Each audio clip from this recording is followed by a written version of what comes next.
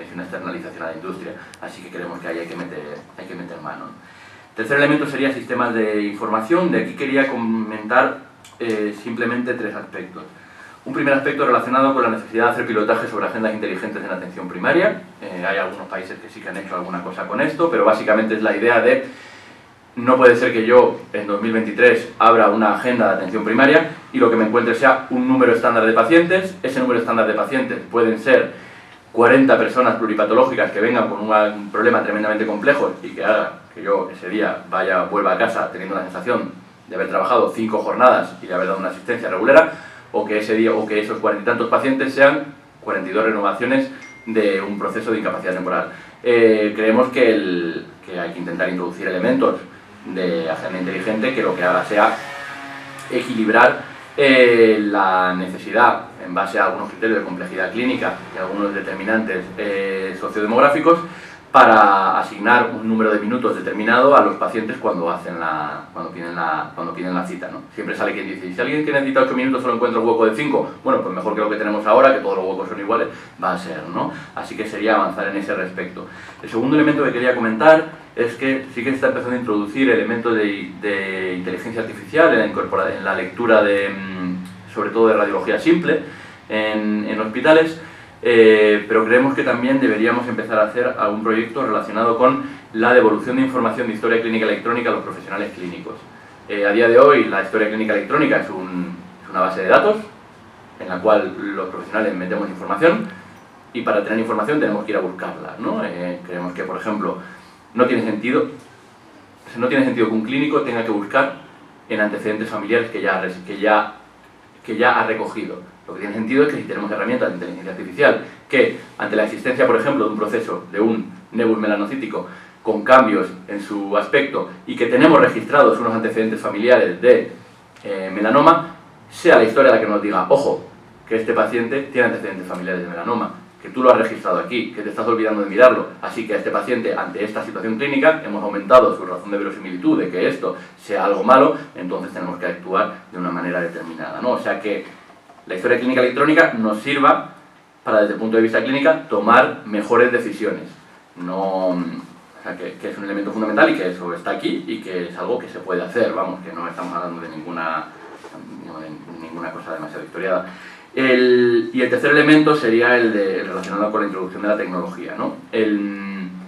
Creo que lo que nos ocurre con la telemedicina en muchas ocasiones es que seguimos llamando nueva tecnología a cosas que ya estaban implantadas en muchos sitios mucho tiempo antes. Yo recuerdo cuando en 2008 empecé a hacer la residencia de medicina de familia en un pueblo de Sevilla y allí se cogía la cámara, se hacía una foto de las lesiones, se mandaba por un procedimiento concreto al hospital y allí se veía teledermatología, y ahora aquí se sigue vendiendo como si fuera un avance, ¿no? Es como lo de llamar nueva tecnología al fax, un poco.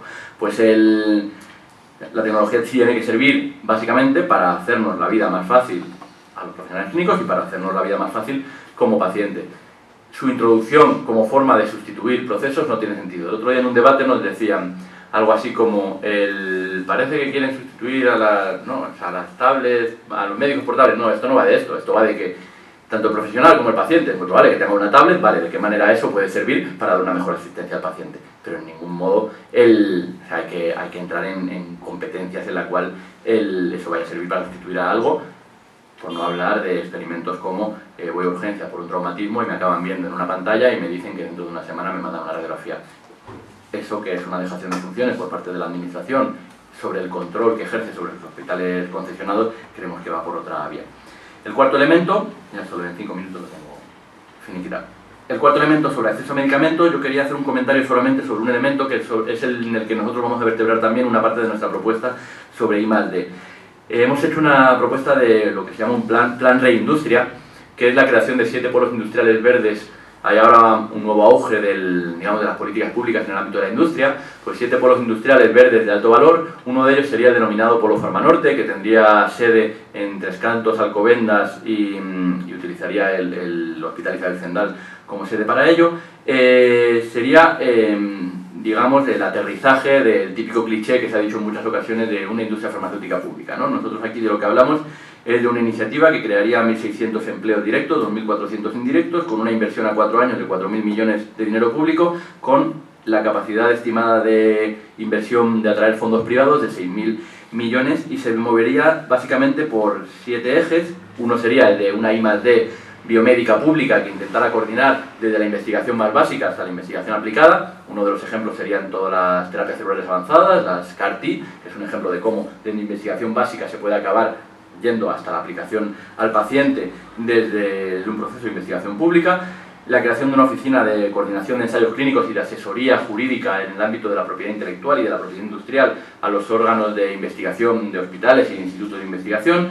El tercero, un ámbito de producción de medicamentos para terminar de completar esa cadena de valor del medicamento. El cuarto, la creación de un centro tecnológico para pymes. Hay en el ámbito del diagnóstico, sobre todo, pequeñas y medianas empresas que necesitan realizar I+D pero que no tienen los fondos para ello.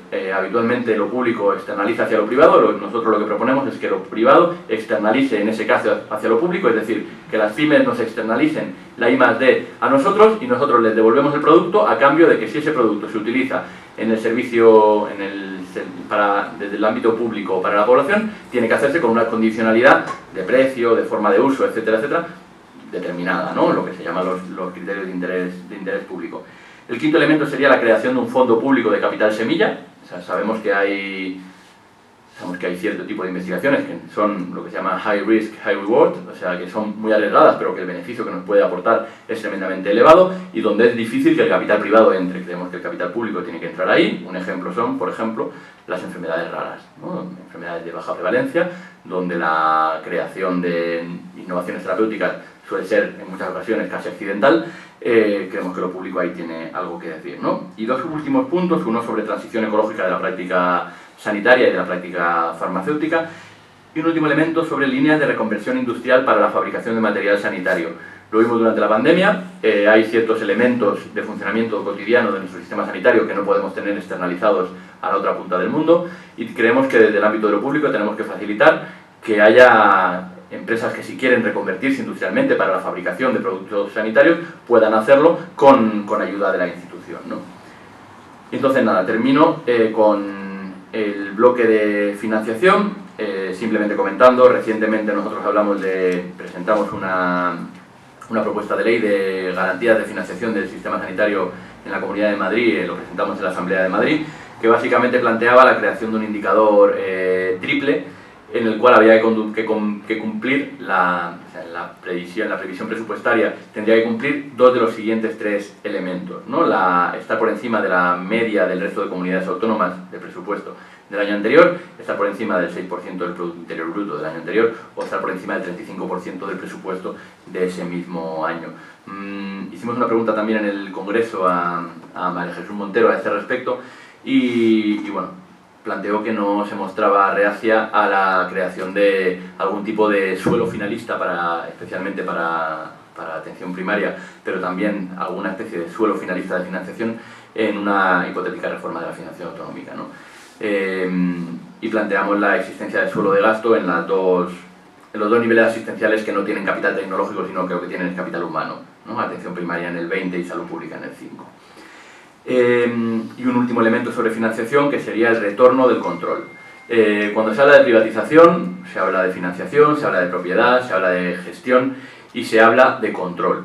De control es de lo que menos se suele hablar, pero paradójicamente a mí me parece que es uno de los elementos más importantes. La Comunidad de Madrid a día de hoy externaliza las auditorías a las concesiones privadas para luego facturar el dinero en términos de el dinero que se llaman por la libre elección y demás.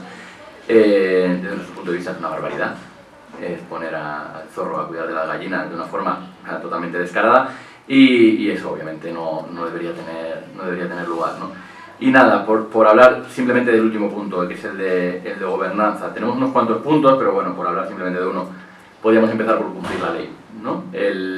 La ley de buen gobierno ha tenido un desarrollo muy deficitario y sobre todo muy inconstante, ¿no? Porque de repente para algunas cosas, para algunos nombramientos sí que se medio cumple, pero luego para otros decidimos que lo metemos en un cajón y ni por asomo, ¿no? No se han creado los órganos que había que crear, no se ha creado el desarrollo normativo que había que crear, así que creo que desde luego para una legislatura desarrollar al máximo esa ley de buen gobierno sería un buen objetivo. Así que nada, os dejo con Marta para hablar ya de lo relacionado con el ámbito de las políticas de salud mental.